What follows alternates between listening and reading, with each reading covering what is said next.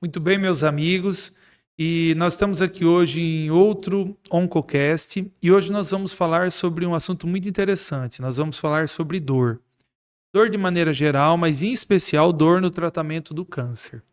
Veja, as pessoas que são acometidas pelo câncer, logo de início, 30% dos casos eles já sentem dor. 50% das pessoas vão sentir algum tipo de dor no desenvolvimento da doença. E 70% das pessoas, aí elas vão sentir dor se a doença for já avançada. Então isso é muito importante. E o que causa? Quando a pessoa sente dor, ela prejudica sim o tratamento, porque a pessoa fica prostrada, não tem vontade de fazer muita coisa, não come. E se a dor for tratada de uma maneira inadequada, a pessoa piora ao invés de melhorar. Porque ela fica sonolenta, às vezes fica apática, desenvolve náusea, às vezes confusão mental, também obstipação e episódios de diarreia, dependendo da droga. Então, é um assunto muito importante no tratamento do câncer. A dor deve ser lembrada a todo momento, porque faz parte de bom tratamento do câncer. Então, você está hoje em outro Oncocast, que é um programa produzido pela Oncoprime. E aqui comigo está a doutora Luciana Conte. A Luciana é companheira nossa aqui da Oncoprime, ela trabalha aqui com a gente. Ela é anestesista e aí ela é especialista também na clínica da dor. Luciana, obrigado por você estar aqui com a gente, viu? Eu que agradeço o convite. Um prazerzão, acho que vai ser uma boa conversa. Para a gente começar, assim, eu queria que você falasse para as pessoas, explicasse para as pessoas o porquê que o paciente com câncer ele sente dor, sabe? Porque as pessoas têm aquela situação em mente assim, eu tive um nódulo na mama, mas eu não tive dor. E as pessoas associam muito o câncer à dor. E não é bem assim, né? Então, para a gente explicar um pouco melhor em que situação a dor se manifesta, queria que você falasse logo no início isso. Exatamente. Essa é uma excelente pergunta, porque existem várias maneiras, vários mecanismos, várias razões para um paciente com câncer ter dor. Primeiro é o próprio crescimento do tumor. Na região em que ele cresce, ele vai se expandindo, vai apertando as estruturas ao redor, nervos, outros órgãos. Isso pode ou não causar dor. Tanto é que existem alguns tumores que eles vão demorar muito para ser diagnosticados, porque nem toda víscera, nem todo órgão, ele vai doer só porque tem alguma coisa crescendo ali. Se você não romper a cápsula de um fígado, por exemplo, você não vai ter dor até, às vezes, detectar num estágio muito avançado. Isso aí. Pode ter dor também pela cirurgia, que é o tratamento do câncer, também pode causar dor, é uma das razões. Então, quando a gente tem um câncer, um tumor que está crescendo, e aí a gente entra até em outra seara, o que vai fazer uma pessoa ter uma dor pós-operatória muito pior do que as outras? O sexo do paciente, sexo feminino, se essa dor já estava bem descontrolada antes do paciente ser operado, isso é um fator de risco para ele não ter um bom pós-operatório, ele ter dor aumentada. Então, quanto mais intensa é a dor no começo, mais tempo a gente leva para poder controlar essa dor. Sim. Eu hoje de manhã, coincidentemente, peguei um paciente no consultório com um tumor pequeno de pulmão. E eu perguntei, olha, como é que o senhor diagnosticou? Porque era um tumor pequeno, 2,5 centímetros para pulmão e periférico. Eu tinha dor. Eu ainda falei para ele, olha, o senhor sim teve azar de desenvolver o câncer, mas o senhor tem uma grande sorte de ser no início, porque o que aconteceu? Como ele era uma lesão periférica, ele estava muito próximo de arcos costais. E é uma região de bastante inervação, porque passa lá embaixo, né, na parte inferior da costela superior, ela passa lá o feixe vasculo nervoso. E era um tumor pequeno que ele desenvolveu a dor. E eu expliquei para ele hoje cedo que nem todos os casos acontecem dessa maneira. Então, eu queria que você falasse um pouco das causas da dor a partir de então. E também, assim, porque o que é muito comum no consultório também é a gente pegar pacientes metastáticos com dor, né? Em especial, né, Luciana, metástase óssea. Metástase óssea é uma coisa que dá muita, muita dor, né? Então, vamos falar um pouquinho sobre as causas. Sim, e quando a gente pensa no tratamento da dor, Às vezes, antigamente, né? Hoje em dia a gente já tem tanta medicação quimioterápica, tem tantas técnicas mais novas de radioterapia que até o próprio tratamento ele faz algumas lesões celulares mitocondriais na célula e daqui a anos você vai ter um paciente com a dor neuropática, que é uma dor por uma lesão no nervo do tratamento do câncer ou O pela quimioterápico cirurgia. também faz isso. Alguns Exatamente. quimioterápicos dão a síndrome mão-pé, então você acaba tendo uma neuropatia intensa e aí depende da sensibilidade da pessoa, alguns desenvolvem mais, outros menos. E às vezes é um quimioterápico que é tão já Sim, comprovado para tratar um câncer que a gente tem que pensar muito. Vai sim. escolher para o primeiro ciclo, para o segundo, mas nem todo mundo vai desenvolver, né? Mas como o câncer hoje em dia está tendo uma sobrevida tão grande, eu acho que o futuro é a gente lidar cada dia mais com esses efeitos adversos e ter que lidar com a sobrevida e esse Sim, tipo de efeito adverso que vai é, acontecer cada vez mais, se Deus quiser. é. Sim, a gente falando então de resumo das causas, eu penso Uhum, que, como você disse, então tem o uhum, crescimento do crescimento. tumor, porque aí ele invade órgãos por Uhum, continuidade ou mesmo por contiguidade, ou seja, exato. por invasão ou por estar perto, né? Uhum, Tem algumas outras causas, como você já bem disse, de causas cirúrgicas e etc. A gente falou em medicamentosos com neuropatia. E em casos de metástase óssea, a dor, exato. ela causa dor eventualmente por conta de lesão lítica ou blástica que acaba causando uma fratura patológica também, E a né? dor óssea, ela é realmente a pior, a gente pode dizer, É, porque quando a gente pensa em mecanismos da dor, essa dor é inflamatória, essa dor é porque tem uma expansão do tumor que ele está crescendo, ou essa dor é porque esse tumor está crescendo e apertando um nervo. Acontece tudo isso ao mesmo tempo dentro do osso. Então, a dor óssea, ela realmente é de difícil é manejo debilitante. e é muito debilitante para o Eu tenho, paciente. eu tenho um caso aqui de uma pessoa que teve um plasmostoma solitário. E eu peguei, ela teve uma lise óssea em vértebra e ele se manifesta desse jeito inicialmente. E aí a gente tratou. E quando eu peguei, ela estava com colete lá. Aí o que aconteceu foi que me reuni e pedi para que fosse fixado a coluna dela. Ela tinha muita dor, mas foi o que levou ao diagnóstico. E fixou, a gente começou a tratar a dor, fez a fixação, deu remédio para a dor, iniciamos a quimioterapia já faz um ano e pouco, ela está muito bem. Então, aquela dor foi uma situação que chamou muita atenção, porque eu fui buscar essa paciente que hoje está andando, está bem, está correndo para lá e para cá na UTI. E foi a principal causa. Os mielomas dão muita dor por lesão óssea, né? Que é o Uhum. plasmastoma solitário ou mieloma múltiplo. E as metástases. A gente costuma pegar as fraturas patológicas. Pessoal, fratura patológica é quando você quebra e cai, né, Luciano? Uhum, Não é aquela história de você caiu, bateu e exato. quebrou, não. Então, nesse caso, eu costumo fazer, se tiver condição, eu sou muito.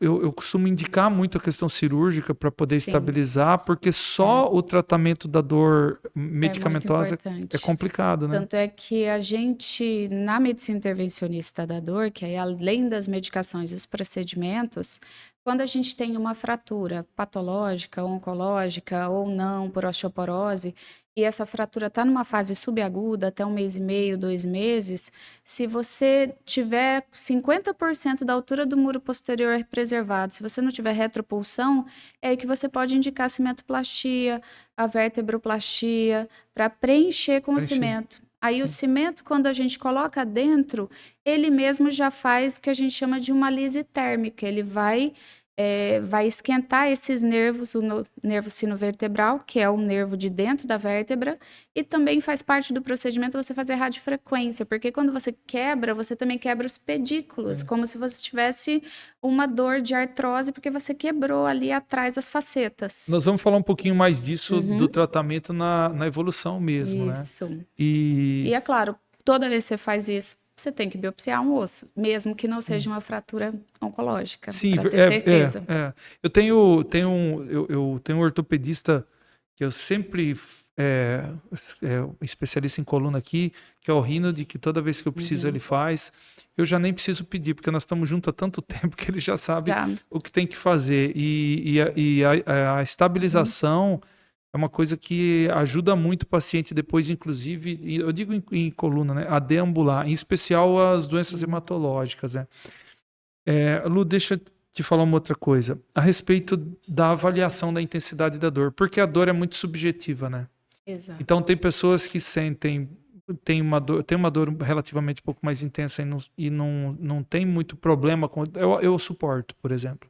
E tem outras pessoas que têm uma dor um pouco mais leve e já não suportam daquela maneira. Então, existe uma escala para a gente medir a intensidade da dor, né? Eu queria que você falasse um pouco como você avalia, então, a intensidade da dor quando chega no consultório. Sim, existem algumas escalas. A mais comum que a gente usa no consultório é a escala verbal numérica, que é perguntar de 0 a 10, 0 nenhuma dor, 10 a pior dor, que nota você daria para a sua dor? Existe para aqueles pacientes que às vezes têm uma escolaridade mais baixa, não tem muita noção, tem os desenhozinhos da escala visual analógica, que aí você bota uma reguinha, até para as crianças isso funciona. Se você tiver que olhar essa régua, aqui tá verdinho, aqui tá vermelho, tem aquelas carinhas, as faces sorrindo, sérias, chorando de dor. Onde você colocaria a sua dor? Isso é muito importante até para os estudos, para que vão avaliar melhora dessa dor desse paciente. Porque o que eu vejo no consultório, independente da dor ser oncológica ou não, o paciente chega para você e fala, a dor é 7. E você faz todo um tratamento, mas sobrou um pouquinho de dor. Depois, com o passar do tempo, o paciente acaba tendo aquela dor no dia a dia dele, ele vai começar a falar que ela é 7. Porque ela é a dor com que ele está convivendo. Então, você tem que lembrar, ó, a gente chegou disso aqui. Nós começamos assim. No começo estava assim, assado. Essa dor... E é essa convivência da dor. Até os hospitais, eles tiveram que criar a dor como um sinal vital. E todo mundo fica, a dor não é um sinal vital, mas foi uma forma burocrática de estimular as equipes a estar sempre perguntando ao paciente, de 0 a 10, você está com dor? Porque a primeira coisa que a gente tem que saber é, por mais que a dor seja tão variável, ela é uma experiência individual.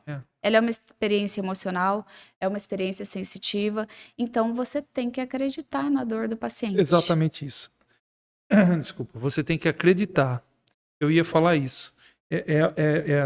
A maneira que você faz o diagnóstico, lógico, se tem uma massa grande, você sabe o que está se passando. Se você tem uma fratura de vértebra, por exemplo, você também sabe que aquilo, obviamente, está gerando muita dor. Mas, de maneira geral, é abstrato. Exato. Então, você tem que acreditar no que aquela pessoa está falando, né? Então, isso eu acho uma coisa que quando, eventualmente, a gente começou o atendimento no SUS atrás, há 20 anos aqui, que eu fazia muita dor, e a gente ainda faz, você sabe meio disso, mas era uma coisa que eu tinha muita dificuldade, mas a gente sempre acreditava, né? E por ser subjetiva, foi uma coisa muito interessante que você falou. A pessoa estava com uma dor lá, ela diminuiu a dor, mas mesmo assim ela está sentindo e aquilo importa para ela. Então ela dá a mesma nota para aquela dor. Isso é uma coisa muito interessante, entendeu?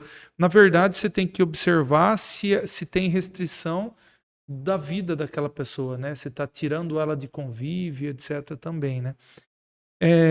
A gente falou, então, da avaliação da intensidade da dor e do diagnóstico da dor.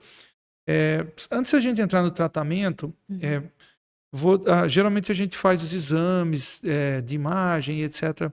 Queria que você falasse um pouquinho dos exames para avaliação da dor, mas aí é uma situação mais objetiva mesmo, né? Porque na maior parte das vezes exame de imagem, etc., te auxilia muito, né?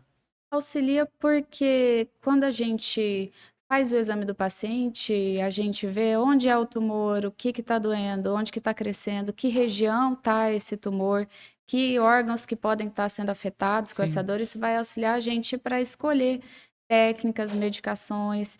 Então, e pensando no exame físico mesmo, quando a gente avalia o tipo de dor, como não só a nota, mas como é a sua dor, é uma queimação, é um choque, tá formigando, não é uma dor insuportável, ela é um aperto, ela lateja, ela vai e volta, e a gente vai vendo que tipo de dor a gente vai ter, uma dor de inflamação, é nociceptiva? Não, é uma dor neuropática, é uma dor por alguma coisa acontecendo com um nervo naquela região. Então, quando você pede um exame de imagem, você já está guiado pensando, onde será que vai aparecer alguma coisa aqui?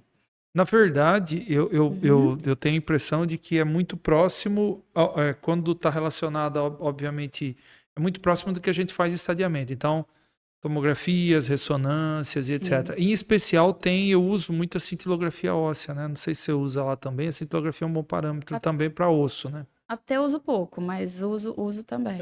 Eu penso que é porque a gente pega muito mais metástase de mama e de próstata, né? E a gente acaba mandando para você os casos de dor muito intensa, né? Porque aí você já utiliza bastante ressonância, tomografia, etc. Exato. Né? Vamos entrar um pouco no tratamento. Inicialmente, tratamento medicamentoso. Você falou de radioterapia, radiofrequência, depois você pode falar um pouquinho, né?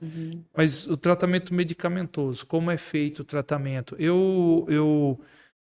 Quando estudamos a dor na residência, a gente existia lá aquela escada analgésica, né, Lu, que começa com os anti-inflamatórios, no primeiro degrauzinho com os anti-inflamatórios não hormonais e os analgésicos, depois no segundo degrau entre os opioides, o opioide fraco, e aí quando você aumenta um pouquinho, você acende um pouquinho na escada, são os opioides fortes, e aí tinha a situação de você da associação também, que nós vamos explorar um pouco isso depois em opioide analgésico, etc. Então, assim, sobre o tratamento, existe vários medicamentos. E também depois tem os adjuvantes, os medicamentos adjuvantes. Vamos começar pelos opioides, os opioides fortes e os opioides fracos. E também eu queria que você abordasse um pouquinho o pavor da morfina, né? Sim. As pessoas têm pavor de usar morfina. Tem muita coisa para a gente falar sobre essa escada. Quando ela foi criada em 86, depois ela foi revisada em 97, muita coisa foi criticada sobre ela. E o que eu acho mais interessante é que várias pessoas começaram a fazer artigos muito interessantes criticando assim.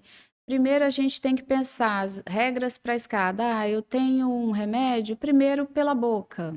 Tome os remédios, vamos tentar a via oral. Se a via oral não for uma opção, aí a gente tenta outras vias, dependendo de onde é o tumor, de como está esse paciente. Segundo, numa dor, às vezes a gente tem que ver que não é só subir, às vezes é descer. Verdade. Porque se o paciente tiver com uma dor muito insuportável, aí realmente a gente vai começar com o quê? Com opioide forte. Exatamente.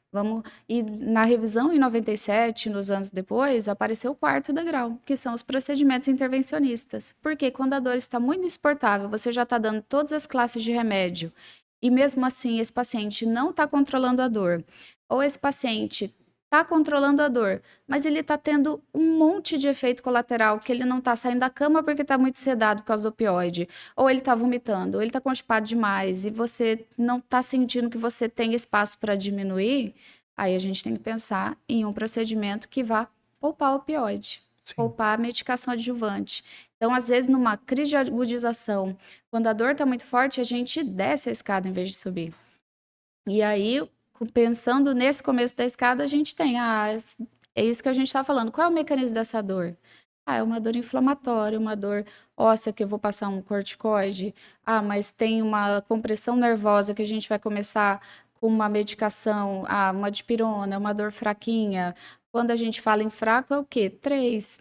Isso que é o importante da gente estimular as pessoas a perguntarem sobre a dor. Você sabe que eu tive caso no decorrer da minha carreira, poucos, né? Mas tive de pessoas que começaram tratamento vai subindo e a gente vai dando o opioide fraco, opioide forte, e teve algumas pessoas que falaram, não, o analgésico para mim é melhor do que esse tipo de coisa. Então você percebe que nesse tipo de caso você desce o degrau, exatamente. Ou se já chega, você está dizendo, já chega no seu consultório com 2 drogas, por exemplo. Isso é comum, né? Você chegar com a morfina e o tramal fazendo associação e eles agem no mesmo receptor, né? Sim. Então as pessoas passam desse jeito. Então você tem que ver se é aquilo ou se dá para descer um pouquinho, né? Você tira um pouco o pé e desce, né? Tem razão. E na verdade, a morfina com o tramal nem faz tanto sentido. O que a gente fala é assim, o opioide forte, as pessoas só pensam na palavra forte, mas quando você tem um paciente que tem dor constante, ele precisa de um opioide de uma longa duração. Então, a morfina via oral, a morfina endovenosa, ela vai durar 2, 4 horas. Aí o paciente está com dor de novo. Então, tem hoje em dia já formas de morfina, que é a LC, que é a liberação controlada, que elas duram 12 horas. Temos a metadona, tem buprenorfina, que é o restivo adesivo, O adesivo. A o gente vai falar adesivo, depois das vias. o fentanil. Então, a gente tem tanta droga que dura mais tempo que a morfina ela tem que ser usada só para resgate. Toda vez que a gente tem um esquema de opioide e o tramal não está dando conta, na hora que a gente entra no opioide forte, o tramal não faz mais sentido, a codeína não faz mais sentido. A gente tem que pensar em opioides fortes, com o tempo de duração deles, para você usar um para resgatar, uma hora que eu precisar andar, fazer um esforço físico. Tem aquela dor incidental, que é uma dor que até hoje é a mais difícil de manejar, que o paciente está controlado, está com aquele opioide que vai ficar direto na escada. Ah, tem a dose de morfina para o resgate. E de repente aparece uma dor que na hora que ele toma morfina, a meia hora que ele toma a morfina, ela já foi embora. E aí tem muita gente que fala, tem fatores emocionais, tem fatores do esforço, mas acabou o esforço, acabou a dor. Então essa ainda é uma das dores mais complexas da gente tratar, a dor incidental. Mas o mais importante é que a hora que a gente vê que um esquema estava perfeito, e esse paciente começa a usar muita morfina. Eu sempre falo aos pacientes, você tem que anotar. Anota, faz um calendáriozinho, pega uma caderneta e fala: tomei minha metadona, depois tomei um comprimido de morfina, aí tomei mais um, aí tomei mais um, aí tem alguma coisa acontecendo, esse tumor está progredindo, por que você está tendo mais dor do que você tinha antes? Ou às vezes os pacientes, como não entendem, eles falam assim: não, eu estava tão bem, doutora, que eu parei de tomar a metadona de manhã. Aí começa a tomar um monte de morfina porque tem alguma coisa Sim. errada. Eu falo com os pacientes que é mais ou menos o exemplo do diabético. Aquele diabético que tem que usar insulina, ele usa a insulina NPH, que é aquela que dura o dia inteiro, e a regular só para quando vai comer. E a morfina, seria a morfina. Então, às vezes, eu tenho pacientes que eles vão no PS e falam: doutora, eu estava com tanta dor, e chegam sem remédio. O mais comum é chegar sem nenhum adjuvante ou com opioide fraco. Fala, eu estava com tanta dor, fui no pronto-socorro, eles me deram morfina e falaram: olha, eu já te dei morfina, não tem mais o que fazer. Eu falei: e aí? Aí eu fui para casa e voltei 4 horas depois, É, porque passou o tempo da morfina. sim, isso aí. Ó, eu acho que isso é uma coisa interessante da gente chamar a atenção, que fique bem claro isso, né? Porque no começo, quando eu fiz a pergunta para a doutora, eu fiz questão de falar a respeito da reação das pessoas quando a gente fala no uso da morfina, né? Então, olha, tem pessoas que não querem usar, tem outras pessoas que acham que isso já é o fim, e não é desse jeito. Então, a gente tem, cada caso é um caso, a gente tem que fazer esse tipo de avaliação. E veja o que você disse, né? Nós estamos falando em associação de outros medicamentos para fazer com que o efeito da droga, da morfina, ele seja otimizado. É isso que nós estamos falando, acabamos de falar, né? Exato. Então, é importante fazer a avaliação correta por causa disso. De maneira muito simplista, quando eu pego no meu consultório e eu vejo um limiar de dor baixo, eu sempre começo com um analgésico.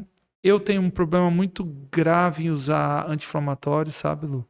Porque a maior parte dos meus pacientes, eles são pessoas de idade, a maior parte, não todos, e eles chegam, eventualmente tem que fazer quimioterapia, e às vezes tem uma função renal não muito boa. Então eu já tenho esse preconceito no anti-inflamatório, e eu costumo, depois, com a evolução da dor, eu costumo entrar bem daquela maneira, com opioide fraco e até chegar no opioide forte, que é do jeito que manda, mais ou menos do jeito que manda o figurino, para quem não tem um conhecimento tão profundo quanto você tem. Eu costumo fazer isso, mas eu falo muito que é importante você fazer associação para fazer a manutenção. Falando em fazer associação, você sabe que durante a residência me chamou muita atenção um caso de existir a morfina de liberação lenta e de liberação prolongada. Não sei se você pegou isso, né? E durante a residência eles começaram a fazer esse tipo de administração. Teve alguns casos de superdosagem mesmo, e que a gente teve que fazer naloxone, né, para você fazer a reversão disso. Então essa é uma outra coisa que eu tenho muito receio de fazer, porque eu vi acontecer, né. Então, eu penso que a gente tem que ficar muito ligado com relação a isso, porque o prejuízo que ela traz de maneira geral é uma superdosagem. Agora, por outro lado, eu já vi gente chegando aqui, em especial quando atendi o SUS, eu peguei algumas pessoas de Barretos chegando com 100 miligramas de morfina, assim, ó, de horário. Que para mim era uma coisa extremamente complicada, porque era uma dose muito, muito alta. Então as pessoas chegavam com dose alta, talvez até para facilidade do acesso à droga. Então a gente não deve banalizar. Não deve crucificar, mas também não deve banalizar, é o que eu Sim. penso, não é? Aí é importante que a gente tem que falar umas coisas sobre abuso, adição. É. Existe uma coisa chamada taquifilaxia. Por isso eles são tarja preta.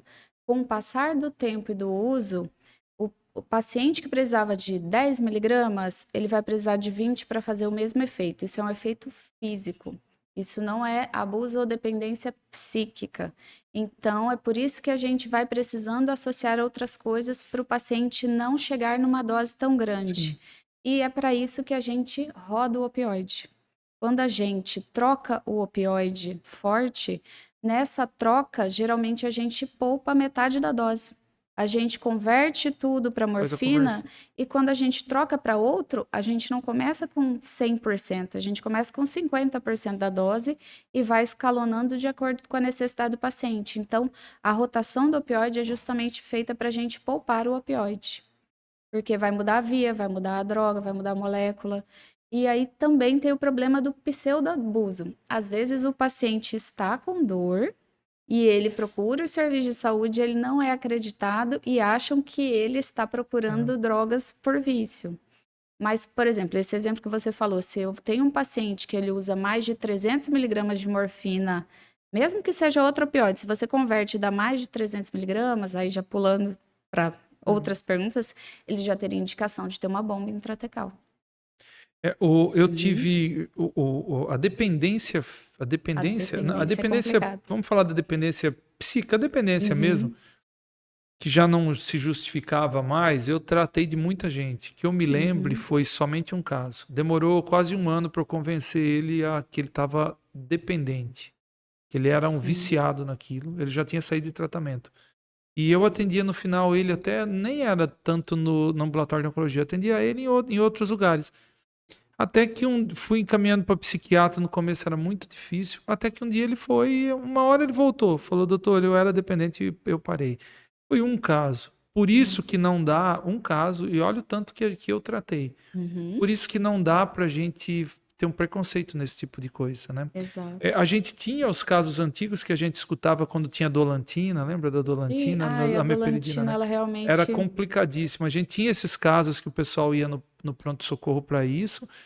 Talvez esse tipo de caso, igual acontecia com a dolantina, ele acabou fazendo com que as pessoas tenham preconceito nisso, O né? grande problema da dolantina é que muitas vezes bastava uma vez que se usava, a pessoa ficava viciada em Foi. dolantina. Esse era o grande problema da Isso aí. dolantina, por isso que ela foi sumindo cada vez mais dos Foi. hospitais. E eu acho que aí foi criando um preconceito nesse tipo de Sim. droga. Obviamente, sim, esse tipo de droga, quando ele é banalizado, ele vai causar dependência. Tem até série na Netflix, acho que Sim. falando a respeito disso, a gente vê.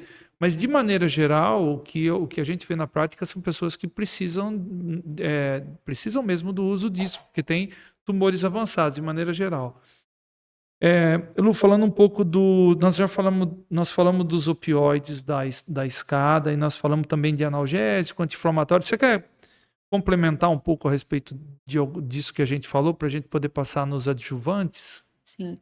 Os adjuvantes, eles são excelentes justamente para Vamos isso, para a passar, né? gente poupar o opioide. A gente tem que pegar o paciente, detectar o que está causando essa dor. Essa dor é óssea, essa dor é neuropática, é por compressão, por doença de nervo, essa dor é inflamatória. Então, para isso, a gente passa os adjuvantes para a gente poder com que eles juntos façam um efeito melhor. Quando a gente mistura as drogas, é porque a gente quer uma coisa chamada sinergismo. Uma dose menor de várias drogas juntas é melhor do que uma dose alta de uma droga só. Ô, Lu, fala quais são, só para quem estiver assistindo a gente que não for leigo, assim, porque o que acaba acontecendo é que tem sim médicos mas tem pacientes e tem estudantes de medicina que assistem a gente e de outros cursos também. Então, fala quais são os adjuvantes mais frequentes. Quando a gente fala em analgésicos comuns, tem a dipirona, paracetamol. Quando a gente fala em anti-inflamatórios, tem vários anti-inflamatórios, diclofenaco, Tá falando de Zunide? nimesulida, os corticoides, dexametasona, prednisolona, já Isso. que a gente passa via oral. E quando a gente fala em dores neuropáticas, aí a gente entra na seara dos antidepressivos e dos anticonvulsivantes. Sim. A pregabalina e a gabapentina são os anticonvulsivantes mais usados para a gente tratar dor neuropática. A pregabalina está espalhada no mundo inteiro, até por causa da fibromialgia, de outras coisas, mas ela é excelente para dor neuropática. Quando a gente detecta que tem uma dor causada por alguma doença de nervo, que a gente vê que tem formigamento, tem queimação. E, além disso, os antidepressivos, amitriptilina, duloxetina, venlafaxina, que não são todas as classes de antidepressivos que vão tratar a dor neuropática, são só algumas.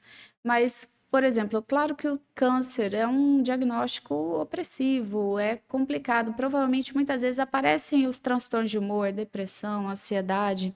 Então, indiretamente, a gente está ajudando os pacientes em que isso é um componente que faz parte da piora de uma dor. Mas a ideia é realmente tratar a dor neuropática. Eu tenho que explicar para os pacientes no consultório toda semana, olha, não é para tratar depressão, é para tratar a dor. É. Eu costumo dizer isso também. E em que momento que você faz essa associação? Ou você faz a associação logo no início? Logo no início. Justamente porque a gente está sempre tentando não subir na escada, né? Então, os adjuvantes ajudam muito a gente a poupar o opioide. Sim. Olha, então eu acho que ficou bem claro quais são os adjuvantes para todo mundo que estiver assistindo, porque tratamento da dor é tramal e morfina? Não é. Não. Então tem outras coisas que dá para ser feito. A doutora falou muito aqui. Depois a gente pode pegar alguma escala e deixar, Gabriel, como a gente sempre faz no link, para as pessoas verem esse tipo, conseguir ter acesso nesse tipo de informação que a gente passou. Então depois eu forneço, Gabriel coloca lá no nosso link do YouTube. Mas aí eu queria falar um pouquinho, só para a gente já ir caminhando até para as partes mais invasivas, né? Queria falar um pouquinho, Lu, do canabidioides. O canabidiol e eu me lembro que eu estava indo para Chicago e eu estava no voo longo, estava indo para Asco. E sentou do meu lado um oncologista, a gente foi conversando, e na época, eu acho que deve fazer, sei lá, uns 10 a 13 anos atrás, não me lembro bem, mas muito tempo, e ele me perguntou a respeito da cannabis. O que você acha a respeito disso? Eu falei, olha, eu não tenho nenhum preconceito. E por quê? Porque nos Estados Unidos eles já usavam, eles já estavam começando a usar naquela ocasião. Eles faziam uso. E aí depois a gente foi com o tempo evoluindo e entrou no Brasil, né? E hoje tem sido usado. Ao longo da minha carreira, eu vi algumas pessoas que falavam, olha, além disso, eu tô usando eles faziam muito chá, tô usando a maconha no chá e etc. E aí nós combinamos no que nós estamos vivendo hoje. Legalizou, o canabidiol tá aí, tem pessoas que prescrevem, custa um pouco caro ainda, mas é natural. E, além de tudo, tem sim um alívio da dor. E, além de tudo, o que eu acho interessante no canabidiol, se a gente for comparar com morfina, não dá, cada um é uma classe, mas, por exemplo, é a situação de não dar obstipação intestinal, que é um grande efeito colateral. A gente não falou dos efeitos colaterais dos opioides, isso é uma coisa que eu chamo a atenção. Tramal, a própria codeína e a morfina dá esse tipo de efeito colateral, né, Lu? Sim. Tira um pouco a fome e dá Náusea, obstipação, que eventualmente você tem que fazer lavagem, né? Se der, os clistérios intestinal. Então, falando um pouquinho a respeito do canabidiol e etc., como você tem visto, se você tem usado, você encaminha, como a especialidade da dor tem visto isso? Porque quando entra um medicamento assim também, ele acaba sendo usado para tudo, né? Então, sim, é usado para a parte reumatológica, é usado para a parte neurológica, é usado na pediatria e também para dor. Como a sua especialidade vê isso, que está sendo usado? O canabidiol ele tem sido cada vez mais usado para dor. Eu geralmente encaminho esses pacientes porque Sim. eu não sou tão entusiasta, porque Eu acabo não é encaminhando nem a também. questão de estigma ou nada desse tipo. Quando eles pegaram o THC e o canabidiol, e aí eles estão cada vez mais achando os esquemas de quanto de THC e quanto de canabidiol você vai usar para ter um bom resultado na dor, no alívio do paciente. O que eu acho é que é difícil ainda até hoje, mesmo para os laboratórios mais conceituados que vendem a molécula bem caro, eles fazerem uma formulação extremamente pura. Então, quando a gente separa esses efeitos de euforia do pessoal que faz o chá, então, quando tem a questão do chá, que já não é a medicação certinha, você já tem aquela dúvida se você está tendo uma melhora da dor por um efeito de bem-estar ou se ele realmente está tratando a dor porque ele está lá ocupando o receptor que ele tem que ocupar.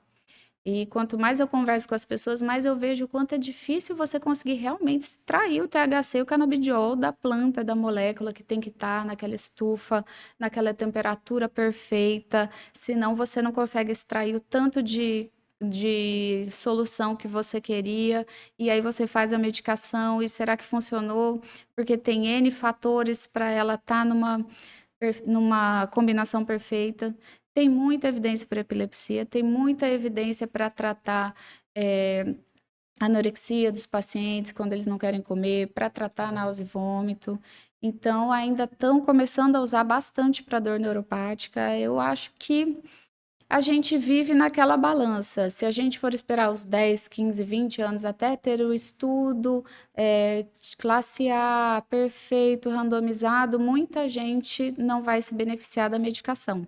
Mas é complicado a gente falar agora que ele vai mudar tudo tão cedo. Eu acho que ele ainda tem um caminho pela frente. Na verdade eu penso semelhante. Eu É, acho que tem indicações distintas e depende do uhum, tipo da dor, eu penso. exato. De maneira geral, também eu toquei nesse assunto porque a gente tem que falar quando a gente fala do tratamento da Uhum, dor, mas de maneira geral eu acabo fazendo como você e acabo encaminhando. Eu tenho uma pessoa que, uma médica que eu penso até eu não em trazer ela aqui para a gente ter uma conversa a respeito disso, um pouco mais bem excelente. específica a respeito disso. Até porque a gente escuta falar de alguns casos, por exemplo, reumatológico, que progrediu para o uso do canabidiol, que deu muito certo. Então, é o que você disse, carece ainda de mais estudo, em que pese que nos Estados Unidos já tem bastante avanço nisso. Mas não dava para deixar passar. Mas eu penso como você. Eu acho que a gente tem que avaliar as indicações e as diferentes situações. É, Vamos falar um pouco de vias e depois a gente fala dos procedimentos intervencionistas. Fala para Opa. as pessoas quais são as vias para a gente poder chegar no intervencionista. Joias.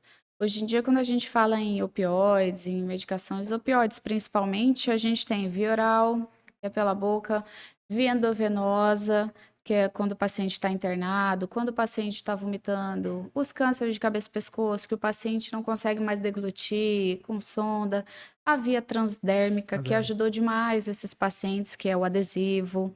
Então, tem alguns poucos supositórios de via retal, mas essas são as mais sim, utilizadas. E aí, pensando até na parte intervencionista, aí, por que mudar a via do opioide? Porque você poupa a dose.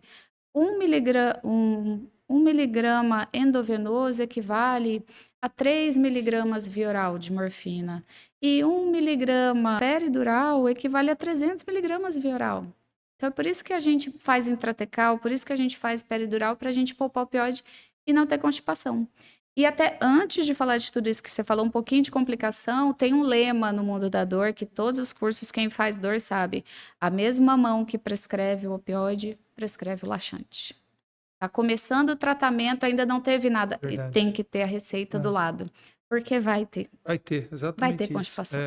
Bom, mas nos capítulos que você estuda, eles falam exatamente isso, né? Ó, constipação, mais 7 dias, etc. Então, isso é uma coisa bem explorada. Mas que a gente tinha que falar, acho que a gente estava passando os opioides É, batido nesse sentido. náusea, Uhum. Sedação, sonolência, exatamente. sonolência. E a E no idoso obstipação. é o perigo da depressão respiratória. Exato. E aí, além das vias, por que a gente pensa tanto em rodar o opioide, em escolher bem o opioide? Porque dependendo do opioide que você escolhe, se o paciente tem uma insuficiência renal, ou se o paciente tem uma insuficiência hepática, isso vai interferir na metabolização, na excreção daquele opioide. Então, Sim. ele pode ser ótimo ou péssimo para o É. paciente. Quando a gente pensa num Restivo, uma buprenorfina, ela é muito metabolizada por via biliar. Então, aquele paciente está com FA, gama-GT lá em cima, não posso passar adesivo. Quando eu penso em tramal, em morfina, a excreção é muito renal. Então, se ele tem uma insuficiência renal, vai pesar. E aí, metadona, morfina, codeína, todos são muito metabolizados pelo fígado, vai pesar. Então, com todos os quimioterápicos, todas as medicações juntas que estão tratando o câncer, a gente Nossa, tem que estar tem que estar vigilante. mesmo, porque senão você perde a mão, exatamente.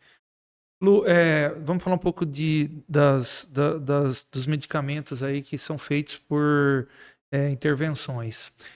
Eu acho que atraiu muito, eu acho, posso estar enganado, vocês anestesistas para o tratamento da dor também foi isso, né? Uma das coisas, eu acho, né? Os procedimentos intervencionistas, porque isso é uma rotina de vocês, né? Vocês, para fazer anestesia nas pessoas, vocês fazem dessa maneira. Vocês já estudavam isso na residência, vocês têm mão para isso, vocês já estavam previamente treinados. E aí, nos últimos tempos, acho que eu não sei precisar quanto tempo, isso se tornou, pelo menos para a gente aqui, uma rotina. Essa semana ainda a gente conversou, porque você tinha feito num paciente nosso aqui da clínica. Então, eu queria que você falasse um pouco a respeito desses procedimentos e para as pessoas entenderem, fala um pouquinho dos plexos, que lugar que você faz para poder pegar tal órgão, assim, para as pessoas conseguirem ter uma noção melhor, sabe? Porque eu acho que quando fala intervencionista, a pessoa pensa, põe um catéter em algum lugar ou faz pela veia, ninguém sabe muito, né? Não, é verdade. Quando a gente fala nos procedimentos, eu sou suspeita para falar, porque quando eu fiz dor no Sírio-Libanês, foi uma pós que a gente viu intervenção, mas foi um curso muito clínico. Então, quando eu fui para o consultório mesmo, e eu comecei a passar medicação, e aí eu comecei a ver que tinha que ter mais coisas, eu procurei muitos cursos para fazer em São Paulo, eu tirei vários títulos de intervenção com procedimentos que a gente faz por raio-x em Miami, por ultrassom em Budapeste, porque eu comecei a me apaixonar mesmo por isso, porque você começa a ver, nossa, você consegue realmente tirar a dor de uma pessoa. Então, quando a gente fala em procedimentos oncológicos, a gente está falando em quê? Em queimar nervos e estruturas que vão mudar a dor desse paciente.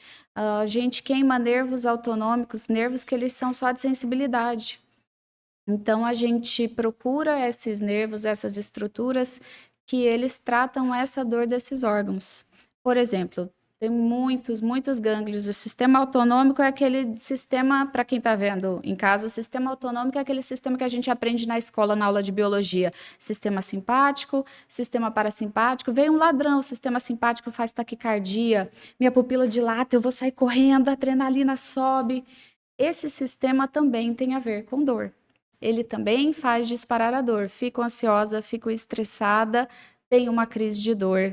Esse sistema, ele é responsável por regular vários órgãos no corpo da gente. Então, quando a gente faz um procedimento, a gente quer atingir esses nervos desses gânglios autonômicos. E aí são nervos, no caso dos órgãos das vísceras, é bem distribuidinho. Quando a gente faz, por exemplo, um gânglio estrelado, que ele é um gânglio simpático que tem aqui no pescoço, a gente vai estar tratando dores de cabeça e pescoço, estruturas de coluna, cefaleia, tumores de língua, de mandíbula, que vão ter alguma ligação autonômica com esse gânglio. Então, quando a gente coloca o fenol, ou a gente faz uma radiofrequência, que aí a gente vai explicar como a gente queima esses nervos. O que eu falo para os pacientes? É que nem você cortar o fio da bomba. Cortei o fio, não passou o sinal, não transmite a dor. Todas as medicações, elas vão agir em algum lugar da dor, seja a medula, seja no cérebro, para fazer transmitir uma informação que pare a dor.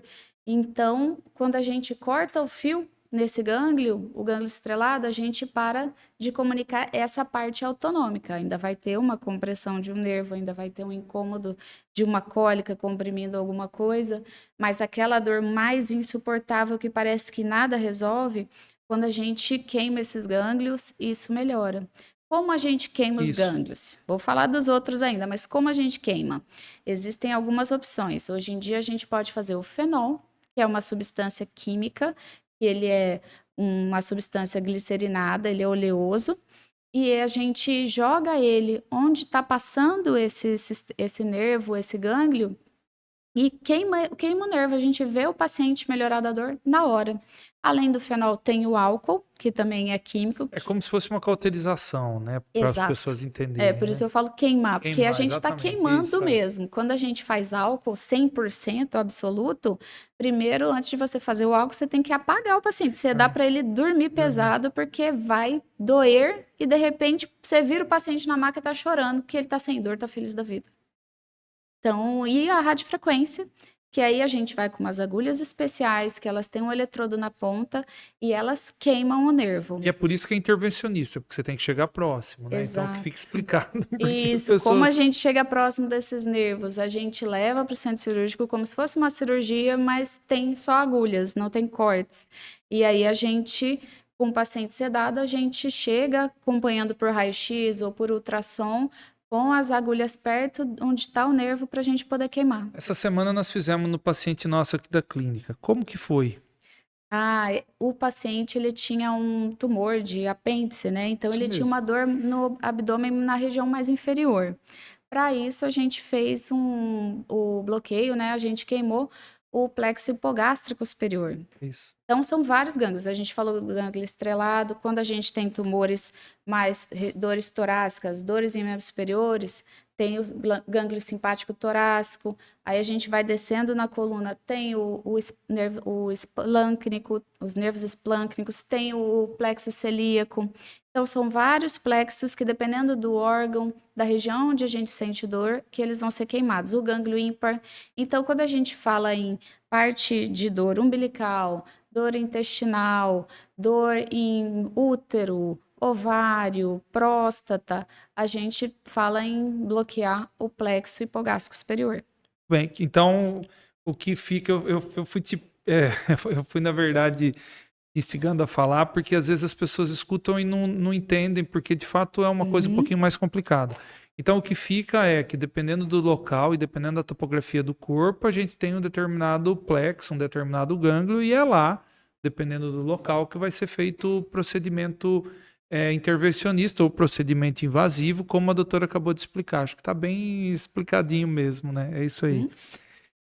Lu, para a gente já concluir, a gente falou um pouco sobre todos os medicamentos e nós falamos também um pouco da associação dos medicamentos para ficar com maior eficácia, né? Então, eu acho que já foi bem falado a respeito disso. Eu tinha deixado até uma pergunta final para que ficasse bem solidificada a respeito disso. Você quer falar um pouco, alguma coisa mais sobre isso? Porque isso é um tema importante, porque às vezes as pessoas vêm com associações erradas. Isso.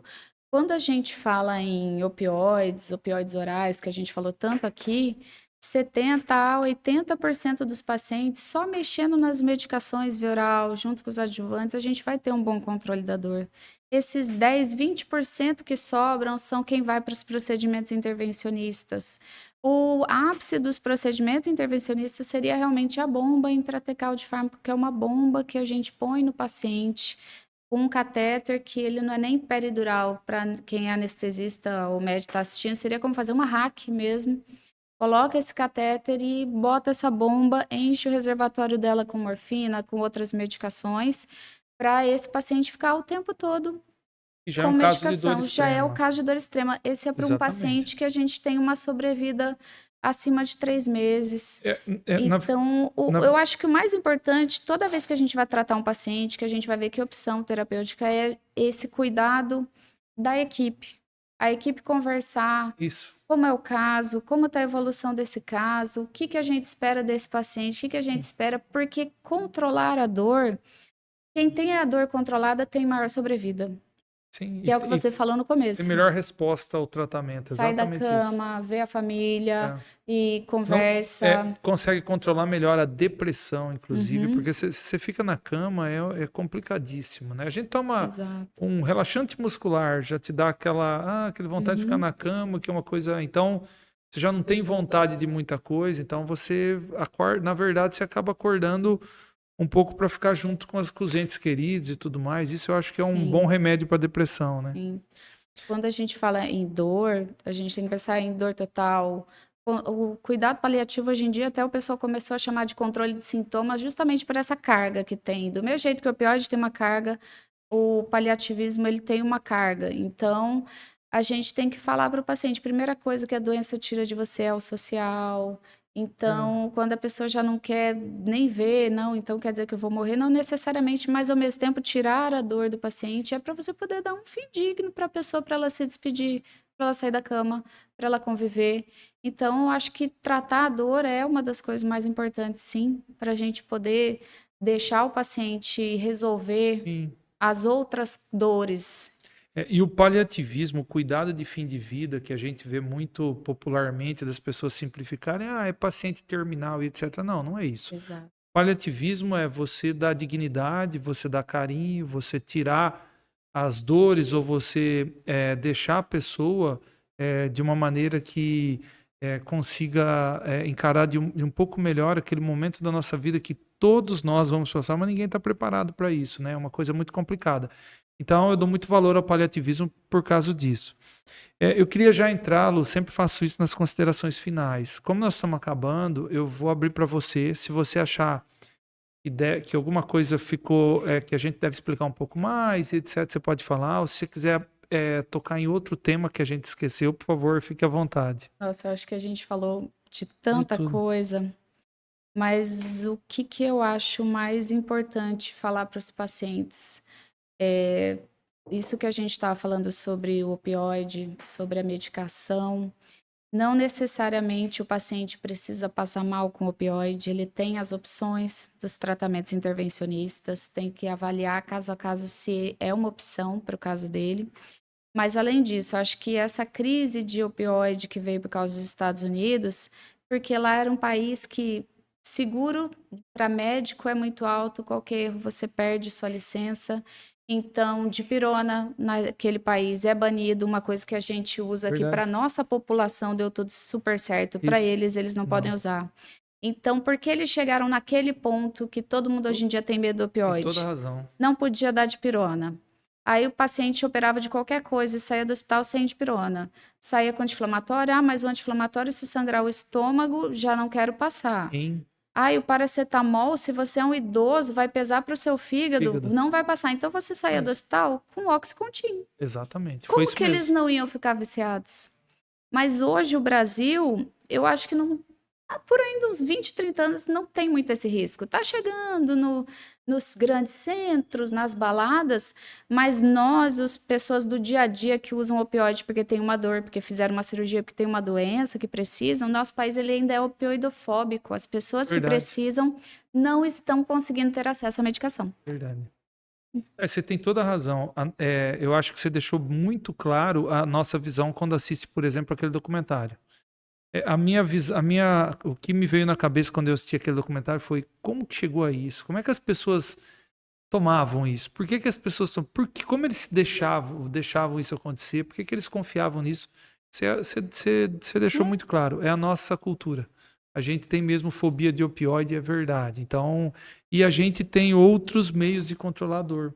Por exemplo, os Uhum. analgésicos são muito importantes. Isso chamou muito bem a atenção. É isso aí. E até a outra coisa, voltando para a parte do anestesista, que como anestesista a gente sempre comentou, foi nos Estados Unidos também, eu vou fazer uma hack, mas e se o pezinho do paciente cair, eu vou ser processado? Tudo era anestesia geral. Então, aqui é um país que a gente sempre fez bloqueio, sempre fez Verdade. peridural, sempre É, teve uma boa analgesia para uma sim. cirurgia boa. Então, tudo isso, os adjuvantes, porque a analgesia multimodal é isso também, você usar todos os meios para você não ter uma dor pós-operatória, para esse paciente passar menos tempo no hospital, ter uma alta precoce. Então, tudo isso fez com que a gente tivesse melhor, uma história diferente. Verdade. Você vê o que, que o extremismo lá nessa situação ligada à medicina fez. Você tem toda a razão. Eu acho que a sua consideração final foi impecável. Parabéns. Obrigada. Eu vou te agradecer muito da nossa conversa aqui e acho que tem muita gente que está assistindo a gente que deve estar vivendo isso e, eventualmente, se tiver alguma pergunta e quiser encaminhar para as redes sociais da doutora Luciana Opa. Conte, ela é muito ativa nas redes sociais, então siga ela, a gente costuma deixá-lo lá no nosso canal do YouTube, as redes sociais das pessoas que a gente conversa aqui, então nós vamos fazer isso também. E eu te agradeço muito por você ter vindo aqui, foi uma conversa incrível. Maravilha. E para você que chegou até aqui, também te agradeço, e a gente faz esse tipo de coisa que é para vocês, e a nossa proposta é sempre levar informação de qualidade. Eu acho que cada vez mais a gente está conseguindo levar informações que as pessoas podem confiar, né? Então, nosso objetivo acho que está sendo cumprido de uma maneira ímpar e impecável. E continue ligado nas nossas redes sociais, porque na semana que vem, semana de Natal, terá vídeo novo. Então, será bem voltado à parte natalina mesmo. Nós vamos estar aqui falando de espiritualidade. E no ano novo nós vamos falar sobre ansiedade, medo e depressão, mas também esperança por um novo ano que está nascendo. Então, fique ligado nas nossas redes sociais. E para você que chegou até aqui, eu agradeço muito a sua audiência e até a semana que vem. Obrigada.